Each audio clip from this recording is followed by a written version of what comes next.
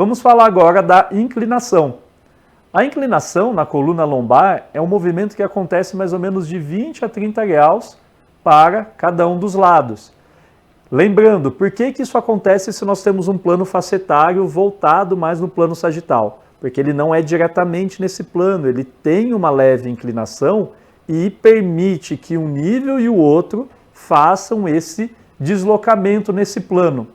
E o que a gente consegue ver aqui de novo de importante é que os níveis mais inferiores, eles vão ter pouco deslocamento em relação ao eixo inicial. Eles vão ter mais uma inclinação quase que no próprio eixo. E a somatória da inclinação desse próprio eixo gera esse deslocamento que a gente tem aqui de um lado para o outro.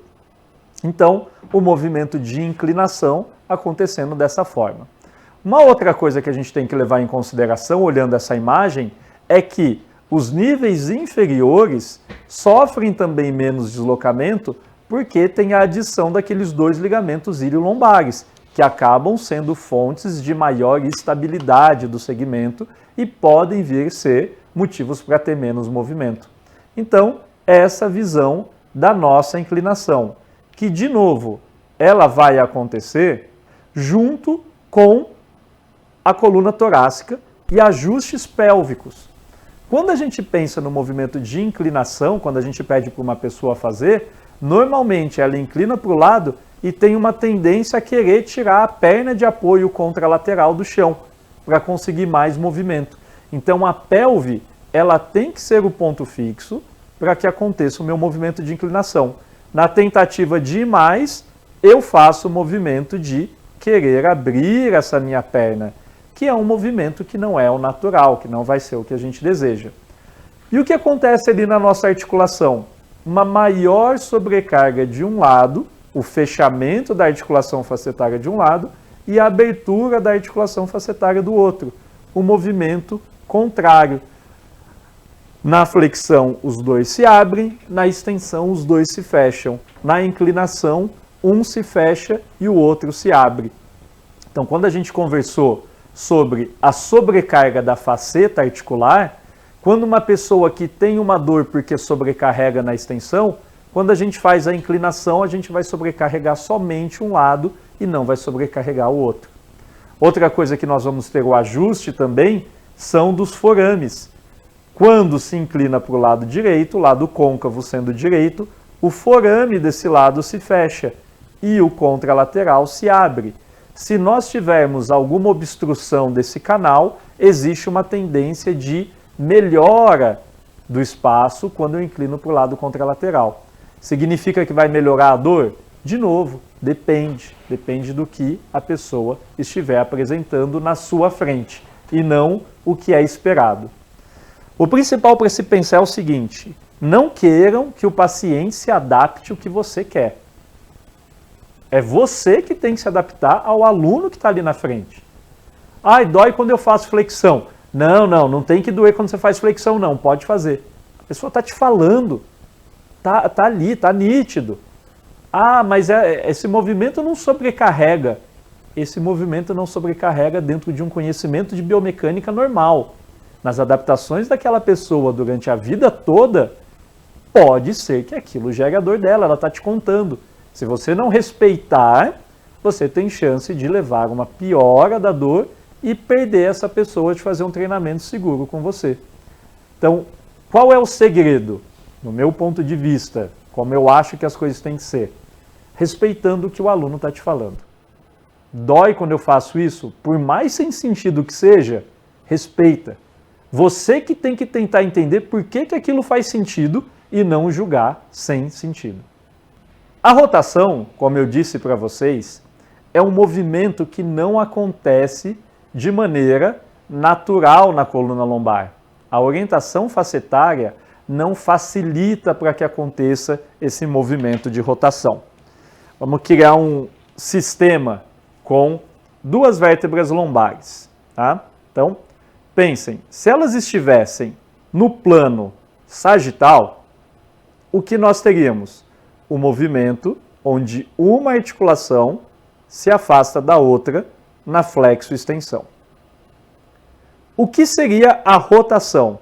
A rotação seria isso. A faceta se chocando uma com a outra. É um movimento que não é natural. Mas o que nós temos é uma leve inclinação, o que permite um pouquinho de deslizamento, que é o que dá aqueles 5 graus de movimento, mesmo tendo uma preferência nesse plano. Então, não ser totalmente no plano sagital, mas ter uma leve inclinação, permite um pouco de movimento nesse plano. Então, quando a gente considera a faceta articular, a gente tem que levar isso como referência. Mas existe uma outra variável relacionada com as facetas, que é o eixo de rotação de cada uma das vértebras. Lá no começo, quando a gente viu aquelas peças anatômicas, a gente viu que L1 e L5 não têm o mesmo formato, o mesmo tamanho, elas são diferentes. E por serem diferentes, ela leva essa consideração que a gente está vendo aqui embaixo. L1, a faceta, é mais fechada. Então, o eixo de rotação dessa faceta está posicionada num determinado ponto. Já L5, a faceta é mais aberta. Então, o eixo de rotação está mais posteriorizado. É um disco maior. Isso faz com que o movimento não aconteça no mesmo eixo. Nós não temos os dois rodando no mesmo eixo. E para que esses eixos se encontrem para a gente ter um movimento rotacional, é preciso que haja um escorregamento de uma vértebra com a outra. Eu preciso de um movimento de ajuste de posição para que aí sim elas consigam rodar uma sobre a outra. Percebem isso por essa imagem, falando dos eixos? Então a vértebra não vai rodar dentro do mesmo eixo. Para que os eixos se encontrem e eu tenha uma rotação com a outra, eu preciso de um deslizamento. Tudo isso a gente está falando de movimentos pequenos. Não pensem que é um deslizamento de grande magnitude. São pequenos ajustes que acontecem.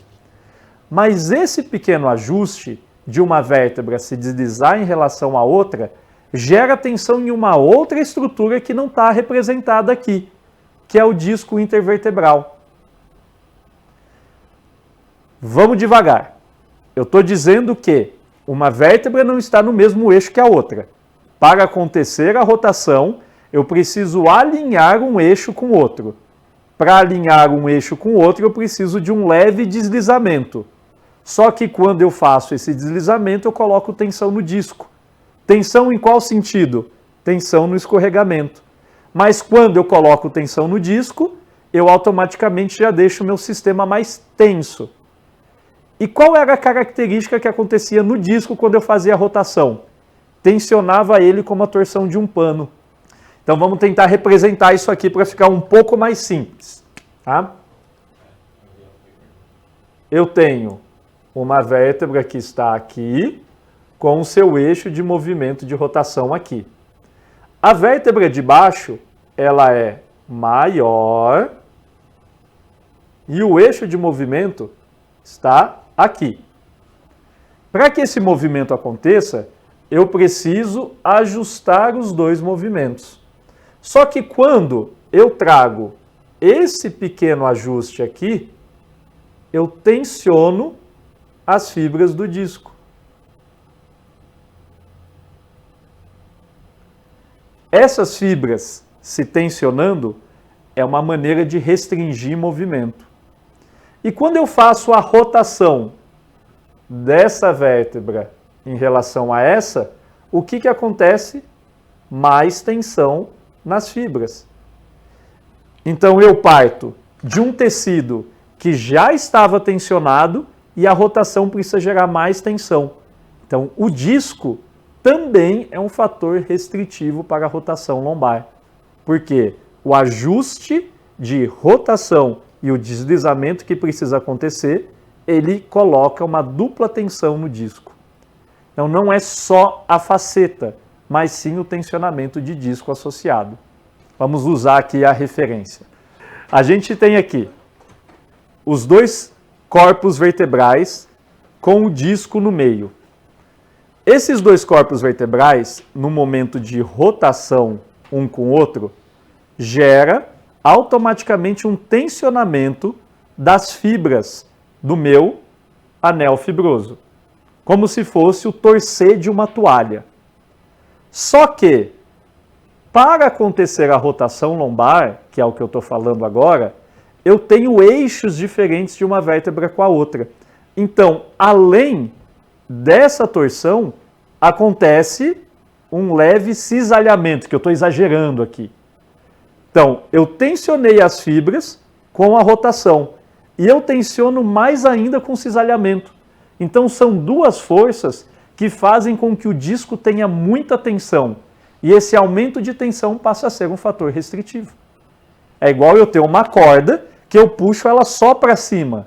Se eu puxo essa corda só para cima, eu estou dando tensão em um vetor. Eu consigo levantar muito mais a corda. Agora, se ao mesmo tempo eu puxo a corda para cima e para baixo, são dois pontos de tensão. Eu vou ter mais restrição de movimento. Então, no disco intervertebral, quando eu faço a rotação lombar, como as vértebras precisam ter um ajuste de cisalhamento por ter eixos diferentes, eles geram rotação e cisalhamento, um duplo tensionamento no disco, o que aumenta muito a carga do disco, sendo ele um fator restritor de rotação, junto com a orientação facetária, que não é num plano transverso.